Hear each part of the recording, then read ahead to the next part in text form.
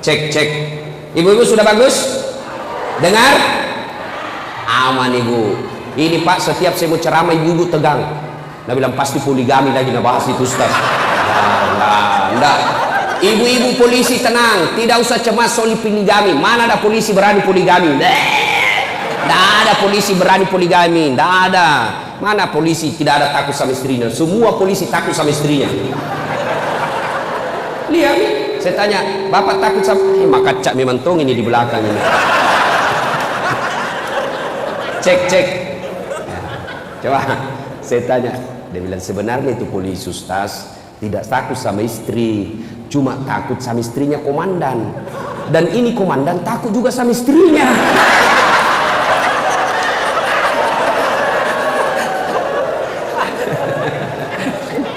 Bercanda, bercanda ya.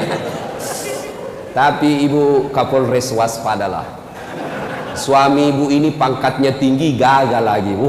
Susah mengawalnya ini suami yang seperti ini. Menjaganya sangat sulit. Susah menjaga suami yang gagah. Apalagi kalau tinggi pangkatnya, sangat sulit. Maka bagaimana cara menjaganya? Jagalah dengan kembalikan kepada Allah. Minta tolong kepada Allah. Ya Allah, lindungi suamiku. Tidak usah diinterogasi 24 jam. Baru 1 jam pergi menelpon. Di mana Ki Pak? Di mana Ki? Saya di kantor. Bohong. Coba foto baru kirim. Waduh, setengah mati kita kalau kau kasih begitu Ki Bos. Ada memang juga itu istri begitu. Kalah-kalah Kapolres. Sedikit-sedikit periksa. Di mana? Di kantor. Bohong. Coba kau selfie. Mana-mana video call. Masuk. Maka cak memang tong ini bagus nih tadi. Mana teknisinya itu tadi? Sudah bagus tadi itu Pak. Ya. Wa qala idan, Allah kemudian berfirman, Bismillahirrahmanirrahim, Innallaha wa malaikatahu yusalluna ala nabi.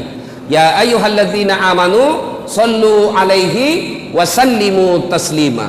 Sesungguhnya Allah dan para malaikatnya bersalawat kepada Rasulullah Muhammad sallallahu alaihi wasallam.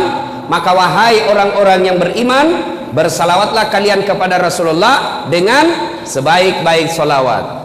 Salatullah salam ala toha rasulillah. Salatullah salamullah ala yasin habibillah. Saya kalau di Sulawesi saya salawat begini ikut semua jamaahku. Di sini dia lihat-lihati saya. Dia kira barangkali saya nyanyikan. Ayo sama-sama. Salatullah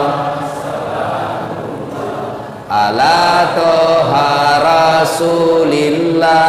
Salatullah salamullah ala yasin habibillah.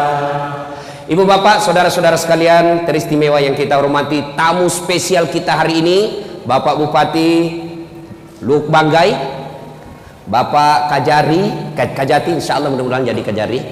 Bapak Kajari Kabupaten Banggai, Bapak Kapolres berta seluruh jajaran, Ketua Pengadilan dan Ketua DPRD Kabupaten Banggai yang menjadi contoh buat kita semua. Masya Allah. Apa contohnya? Pak Bupati PDI Perjuangan, wakil beliau Gerindra. Nggak ngamuk-ngamuk di Jakarta gitu baku ribu-ribu. Kita jantung makiku ribu-ribu. Kamu bukan jadi ikut anggota DPR. Coba belajarlah kita dari sini. Nah, kali ini kita tablik akbar, temanya memelihara ukhuwah, memelihara persaudaraan. Itu inti pembicaraan kita. Dua pembicara sebelumnya mengajarkan kepada kita untuk bersaudara, jangan berpecah belah. Dan persaudaraan itu biasanya selalu diawali dengan banyak teman. Saya mau tes hari ini Polri, saya kasih hadiah. Siapa anggota Polres Banggai yang bisa menghafal 5 sahabatnya, namanya temannya? Ayo, saya kasih hadiah. Ayo, 5 mau, jangan mau 10. 5 teman kalian, polisi, sama-sama polisi, namanya lengkap. Siapa yang hafal? Saya kasih hadiah. Ayo, ayo, angkat tangan. Ayo, sini, sini bos. Ya, kita buktikan. Ya, ya, alhamdulillah. Pak Deki. Tapi sebelum jawab pertanyaan itu ada passwordnya. Pertanyaannya, siapa namanya neneknya Kapolres? Ayo, apa ini? Jawab memang nih. Belum tentu juga dia tahu ini orang.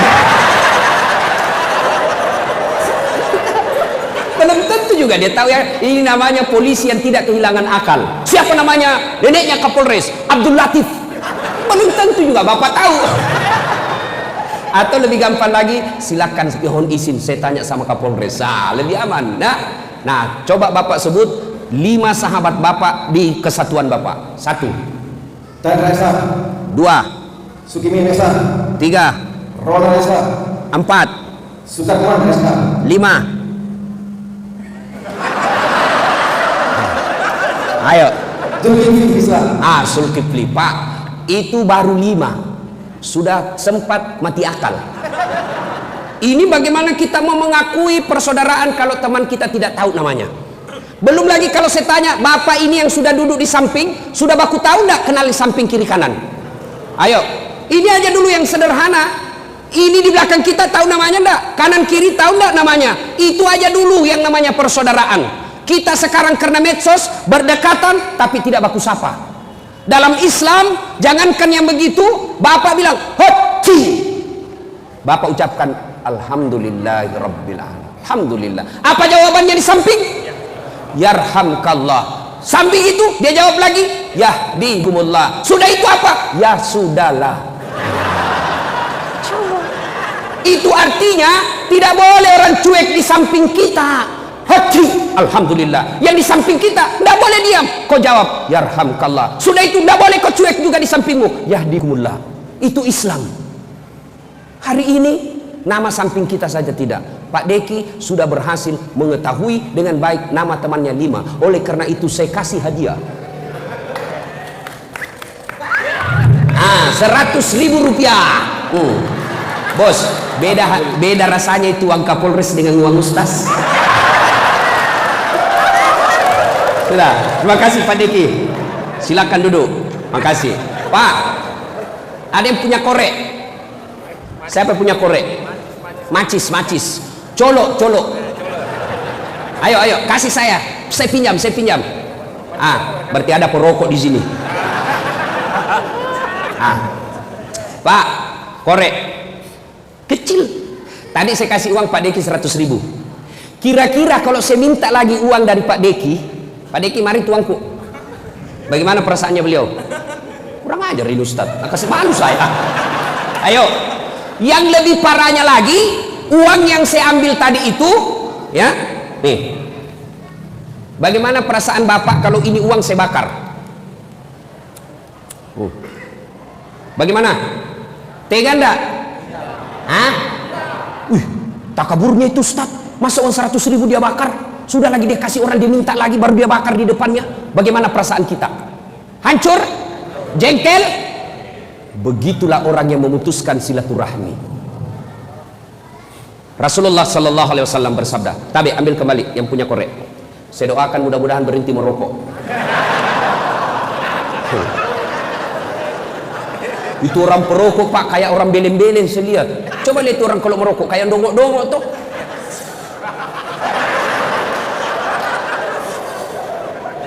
Itu aja dikerja 10 menit. Sekali-kali isap kunyah. Masa uang 20.000 kau buang-buang?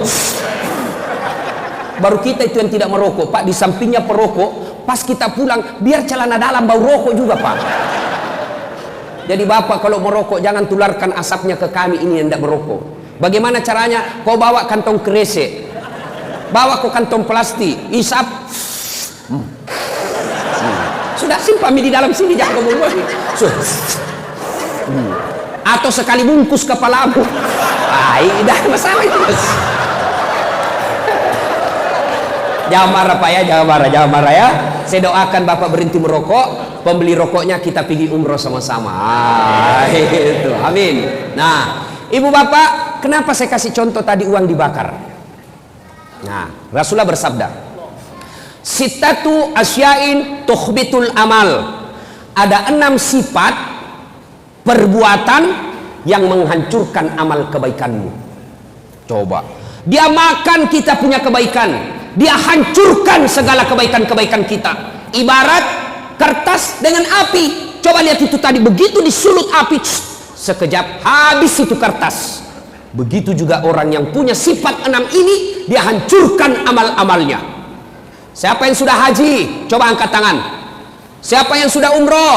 Siapa? Ini, bapak-bapak sudah puasa semua kan? 30 tahun puasa Ramadan tidak ada lepas. Sholatnya di Masjidil Haram, satu kali sholat di Masjidil Haram 100.000 kali sholat di sini. Begitu pahalanya, banyaknya luar biasa. Tapi pahala itu semua habis gara-gara 6 sifat ini. Dia makan itu, Pak. Apa itu? Kata Nabi, yang pertama, al-istighalu bi uyubil khalq. Suka sekali cari jeleknya orang, nah lupa jeleknya dirinya sendiri. Nah, ini tukang gosip. Penyakitnya ibu-ibu di belakang. Apalagi kalau dia asrama, semua mau gosip. Lewat tetangganya langsung dia, ku tahu jitu nak pakai jilbab, kenapa kak keriting rambutnya? Sudah, orang pakai jilbab dia celah, Pak. Sudah, lewat lagi yang satu, ndak serasi kudungnya, iyo kayak umbul-umbul. Dua sudah dia celah, lewat lagi orang pakai gelang emas, palsu. Kenapa kau tahu? Melengke itu hitam-hitam di gelangnya. Lewat lagi yang satu pakai lipstik, palsu lipstiknya. Kenapa kau tahu? Melengke di giginya. Semua dia celah. Jangankan manusia biasa, Nabi saja dia celah. Menurut Anda, bagaimana pendapatmu tentang Nabi Yusuf? Dia celah juga itu Nabi Yusuf. Ya, sebenarnya baik, cuma sayang hampir tergoda sama Suleha. Nabi saja dia celah, Pak. Bagaimana menurutmu Nabi Nuh? Nabi Nuh baik, beriman kepada Allah, tapi sayang anaknya kafir. Coba, semua siapa dia celah, Pak. Orang seperti ini habis amalnya. Maka kata Nabi, beruntung orang yang terlalu sibuk mencari dirinya sendiri, mencari kekurangan dan aib dirinya sendiri, sehingga tidak punya waktu untuk mencari kejelekan orang lain. Itu kita kan terlalu sibuk, Pak, kejelekannya orang. Biasa ibu-ibu bertetangga. Pertama cerita sinetron. Sinetron ini cerita pertama, Pak. Bagaimana menurutmu itu tadi malam sinetron? Wah, jelek betul sifatnya itu suaminya, kasihannya. Lama-lama kok ribut. Kenapa? Seperti tetangga tak. Langsung tetangga jadi korban. Langsung dia bilang, iyo, kasihan ya, setengah mati suaminya. Pergi pengajian kiri kanan, istrinya selingkuh. Coba, apa gunanya kita cerita seperti ini, Bu? Ibu-ibu saya tanya, ada ndak yang istri yang senang suaminya selingkuh? Ada? Jawab dulu, Ibu. Ada ndak? Tidak ada. Lalu apa gunanya kita cerita? Ayo. Maka istri yang baik, majelis taklim yang baik, anggota bayangkari yang baik, yang taat dalam agama, datang tetangganya bawa gosip, saya dengar innalillahi wa inna na'udzubillah bin zalik. Kita berlindung kepada Allah dari keburukan seperti itu. Belum tentu suami tak lebih baik dari dia. Itu baru istri yang baik. Ini tidak, Pak, baru iyo, saya tahu itu. Begitu memang, padahal dia tidak tahu. Suka sekali codo, ikut campur. Barang siapa ibu-ibu yang suka ikut campur, maka nasibnya seperti toge. Tahu toge? Bapak-bapak tahu toge? Coba lihat itu toge. Suka ikut campur toh? Kita bikin pecel, ada ya. Gado-gado, ada. Soto Banjar, ada. Ikan doang, ada. Tahu isi, ada. Karena dia selalu ikut campur, maka Allah takdirkan seluruh toge dari Sabang sampai Merauke tidak ada yang lurus, semua bengkok. Maka kalau ada ibu-ibu bayangkari di komplek, pagi-pagi gosip, teriaki saja, pagi-pagi toge ini ayukibbu ahadukum, sukakah kamu memakan bangkai sesamamu manusia?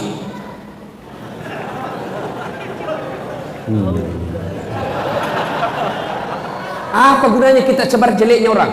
Bapak kenal saya? Kenal saya dari mana? Dari YouTube, Ustaz. Kenal saya dari mana? Dari Facebook. Kenal dari mana? Dari filer-filer Instagram. Apa yang saya cerita kejelekan orang? Saya dikenal orang bukan karena cerita aibnya orang. Saya dikenal orang kenapa? Karena menyebarkan kebaikan, bukan menyebarkan kebencian. Maka bodoh orang yang suka menyebarkan kebencian, apalagi berita-berita bohong. Jangankan berita bohong, berita benar saja dilarang disebarkan apabila itu ada kehancuran di dalamnya. Saya ulang, jangankan berita bohong, berita benar dilarang dalam Islam kalau itu disebarkan, kalau hanya menghancurkan perdamaian. Inilah yang menyebabkan sehingga muncul pepatah yang mengatakan likulli makam makal wa likulli makal makam. Setiap tempat ada ucapan yang cocok dan setiap ucapan ada yang tempat cocok untuk ucapan itu.